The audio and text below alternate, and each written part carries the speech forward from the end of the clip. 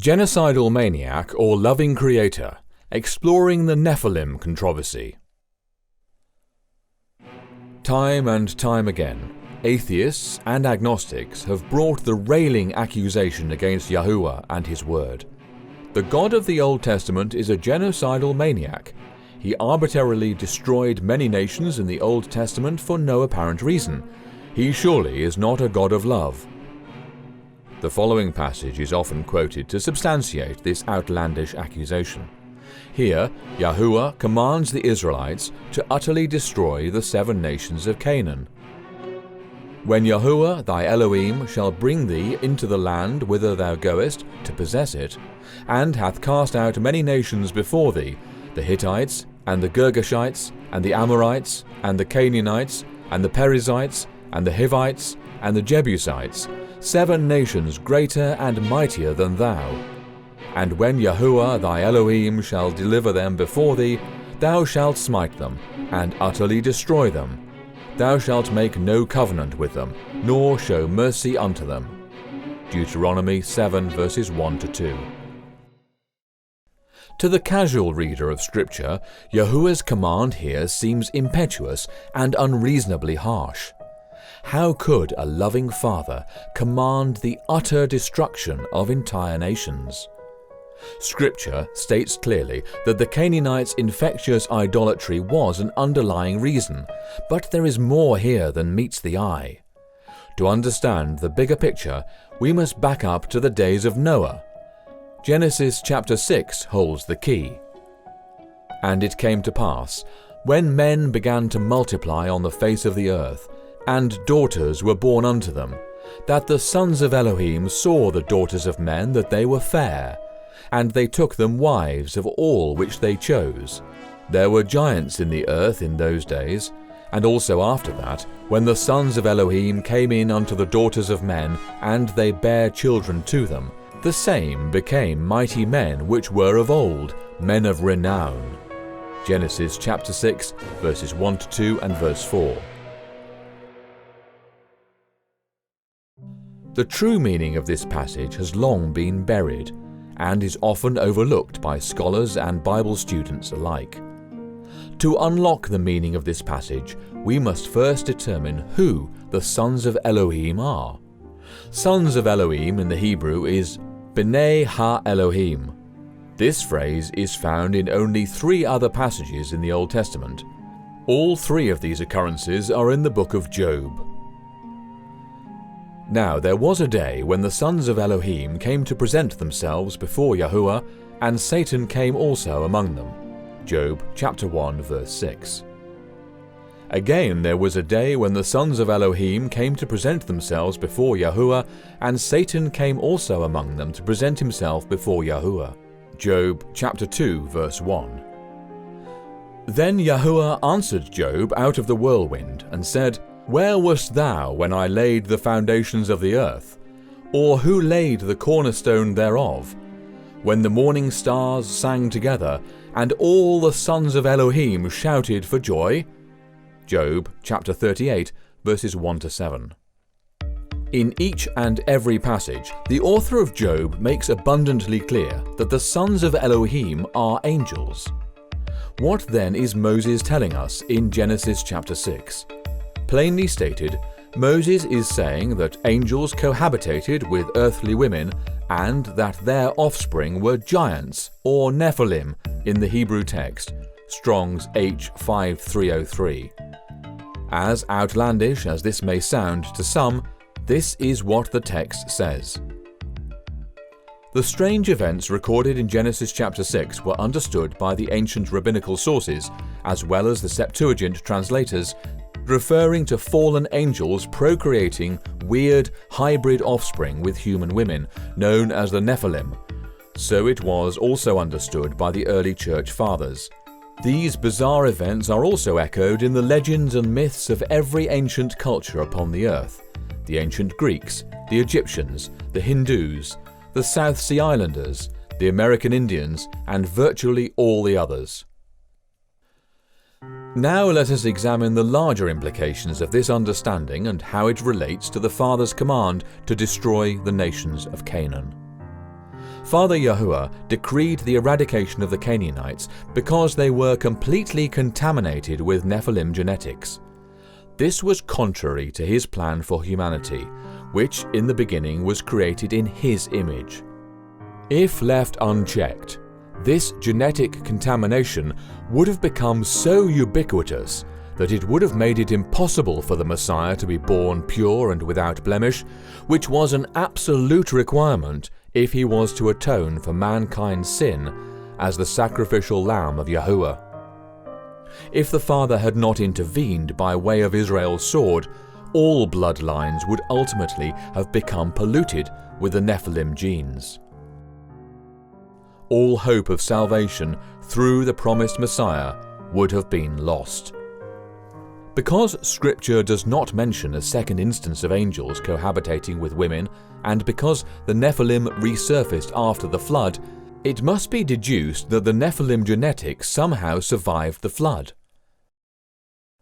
All things considered, it was most likely Noah's sons' wives who carried the Nephilim genes and passed them on to some of their offspring. While this proposition might come as a shock to many, it is the most reasonable deduction based on the chronology of Genesis 6 and the details of the post-flood record. Let us examine the order of events validating these conclusions. 1. Fallen angels mate with earthly women. And it came to pass, when men began to multiply on the face of the earth, and daughters were born unto them, that the sons of Elohim, angels, saw the daughters of men that they were fair, and they took them wives of all which they chose. And Yahuwah said, My spirit shall not always strive with man, for that he also is flesh, yet his days shall be 120 years. There were giants, Nephilim, in the earth in those days, and also after that, when the sons of Elohim, angels, came in unto the daughters of men, and they bare children to them. The same became mighty men which were of old, men of renown. Genesis chapter 6, verses 1-4. 2. As a consequence of the angelic incursion mentioned in Genesis 6, verses 1-4, man's heart becomes inexorably entrenched in evil thoughts. And Elohim saw that the wickedness of man was great in the earth, and that every imagination of the thoughts of his heart was only evil continually. And it repented Yahuwah that he had made man on the earth, and it grieved him at his heart. Genesis 6, verses 5-6. 3. Yahuwah says that he will have to destroy man from the face of the earth. And Yahuwah said, I will destroy man whom I have created from the face of the earth, both man and beast, and the creeping thing and the fowls of the air, for it repenteth me that I have made them. Genesis 6, verse 7. 4. Noah is said to be genetically pure. But Noah found grace in the eyes of Yahuwah. These are the generations of Noah. Noah was a just man and perfect in his generations. And Noah walked with Elohim. Genesis 6, verses 8-9. The word translated as perfect in this passage is tamim, Strong's H 8549. In context, this word appears to be a reference not just to Noah's conduct, but to his genetic purity. The Passover lamb and the red heifer, for example, were to be tamim, without physical blemishes, as were all sin offerings. See Exodus chapter 12 verse 5, Numbers chapter 19 verse 2, and Leviticus chapter 4 verse 3. 5. Noah begat 3 genetically pure sons. And Noah begat 3 sons, Shem, Ham, and Japheth. Genesis chapter 6 verse 10. According to the book of Yasher, Noah took one of Enoch's daughters as a wife. Noah went and took a wife, and he chose Naamah, the daughter of Enoch, and she was 580 years old, and Noah was 498 years old when he took Naamah for a wife. Yasher chapter 5, verses 15-16. Given Enoch's unassailably righteous track record, it is reasonable to conclude that Noah's wife, Enoch's daughter, was genetically pure, and consequently so were Noah's sons. 6. It is stated that the earth and all flesh had become corrupted. The earth also was corrupt before Elohim, and the earth was filled with violence. And Elohim looked upon the earth, and behold, it was corrupt, for all flesh had corrupted his way upon the earth. Genesis chapter 6 verses 11 to 12. 7. Yahuwah says he will destroy all flesh. And Elohim said unto Noah, The end of all flesh is come before me, for the earth is filled with violence through them. And behold, I will destroy them with the earth. Genesis chapter 6 verse 13. 8. Noah is instructed to build an ark. Make thee an ark of gopher wood. Rooms shalt thou make in the ark, and shalt pitch it within and without with pitch. And behold, I, even I, do bring a flood of waters upon the earth, to destroy all flesh, wherein is the breath of life from under heaven, and everything that is in the earth shall die. Genesis chapter 6 verses 14 to 17. 9. Scripture mentions Noah's sons' wives for the first time. But with thee I will establish my covenant, and thou shalt come into the ark, thou, and thy sons, and thy wife, and thy sons' wives with thee. Genesis chapter 6 verse 18. It is critically important to note here that Moses makes no mention of Noah's sons' wives until after it is clearly established that all flesh had become corrupted. Yahuwah says that he will destroy all flesh. Noah is instructed to build an ark. This strongly suggests that Noah's sons' wives were not genetically pure. They were likely carrying at least a trace of the Nephilim gene. This is evidenced by the following facts. The giants re-emerged after the flood without a second angelic incursion. Noah was genetically pure, and the contextual evidence suggests that his sons were also. There was no mention of the wives until after it was stated that all flesh had become corrupted. The book of Yasher corroborates this understanding by telling us that the wives were not chosen until after the ark was built. See Yasher chapter 5 verses 33 to 35. 10. Yahuwah floods the earth. And every living substance was destroyed which was upon the face of the ground, both man and cattle, and the creeping things, and the fowl of the heaven, and they were destroyed from the earth. And Noah only remained alive, and they that were with him in the ark. And the waters prevailed upon the earth 150 days. Genesis chapter 7 verses 23 to 24. 11. Giants or Nephilim re-emerge after the flood. In Genesis chapter 9 verse 1, Yahuwah blessed Noah and his sons, and said unto them, Be fruitful, and multiply, and replenish the earth. Moving on to Genesis chapter 10, one can become a bit lost in all the generations of Noah. However, it is imperative to note the descendants of Ham, in particular his son Canaan. And Canaan begat Sidon, his firstborn, and Heth, and the Jebusite, and the Amorite, and the Girgasite, and the Hivite, and afterward were the families of the Canaanites spread abroad. Genesis chapter 10 verses 15 to 18. Now we fast forward to Numbers chapter 13, where Yahuwah spoke to Moses and instructed him to send men to search out the land of Canaan. This was their report. The Amalekites dwell in the land of the south, and the Hittites, and the Jebusites, and the Amorites dwell in the mountains, and the Canaanites dwell by the sea and by the coast of Jordan. And Caleb stilled the people before Moses, and said, Let us go up at once and possess it, for we are well able to overcome it. But the men that went up with him said, We be not able to go up against the people, for they are stronger than we. And they brought up an evil report of the land which they had searched unto the children of Israel, saying, The land through which we have gone to search it is a land that eateth up the inhabitants thereof, and all the people that we saw in it are men of great stature. And there we saw the giants, Nephilim, the sons of Anak, which come of the giants. And we were in our own sight as grasshoppers, and so we were in their sight. Numbers chapter 13, verses 29 to 33. Note that the nations of giants listed here are all Canaanite nations, meaning they are all descended from Noah's grandson, Canaan, and are the ones that Yahuwah commanded Israel to utterly destroy. While only 4 of the 7 Canaanite nations are mentioned here by the spies, it would have been understood that the remaining 3 were included as they were part of Canaan. It is likely that the spies did not mention the Girgashites, the Perizzites, and the Hivites by name because of the route that they took when they spied out the land. The spies came in through the wilderness of Zin in the south, and then proceeded northward as far as Rehob.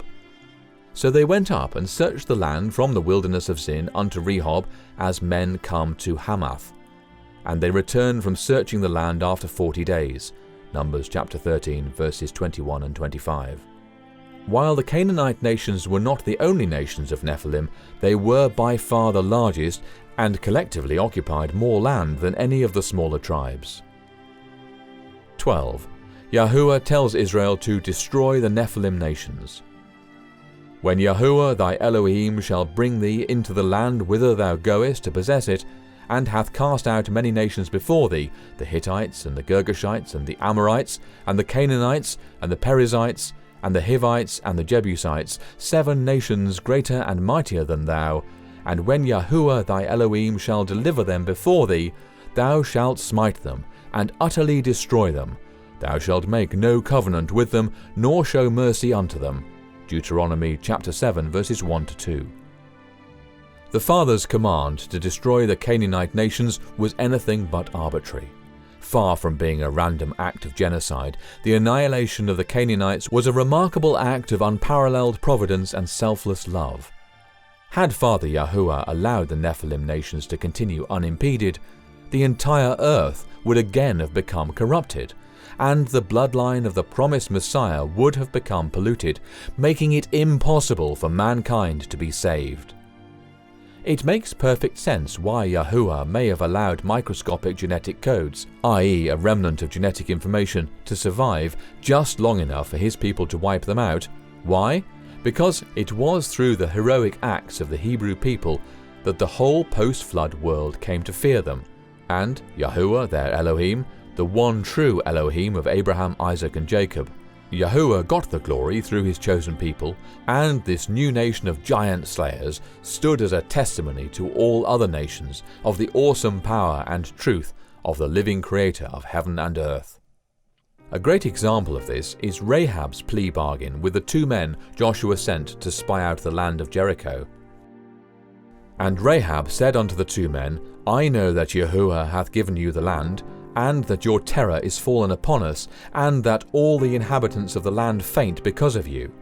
For we have heard how Yahuwah dried up the water of the Red Sea for you, when ye came out of Egypt, and what ye did unto the 2 kings of the Amorites, that were on the other side of Jordan, Sihon and Og, whom ye utterly destroyed. And as soon as we heard these things, our heart did melt, neither did there remain any more courage in any man, because of you. For Yahuwah your Elohim, he is Elohim in heaven above and in earth beneath. Joshua chapter 2, verses 9 to 11. When you consider what this tiny nation did to entire cultures of massive post-flood giants, it is very easy to see why Yahuwah allowed Nephilim genetics to survive long enough to be wiped out by his people. In doing so, Yahuwah demonstrated to the world and to the fallen angels what people in right relationship with him can do. If Scripture is allowed to be its own interpreter, then the sons of Elohim mentioned in Genesis 6 were fallen angels that left their heavenly estate to procreate with human women in an attempt to prevent the birth of the promised Messiah. This unholy union resulted in the rise of the Nephilim and was the catalyst for both the Great Flood and Yahuwah's command to destroy the post-flood Canaanites. Father Yahuwah's name is thus vindicated, and the atheistic claim that he is a genocidal maniac is exposed for the egregious lie that it is. Yahuwah's long-suffering love for his creation surely knows no bounds. praise his matchless name now and forever. He who knows the end from the beginning is just and righteous in all his ways.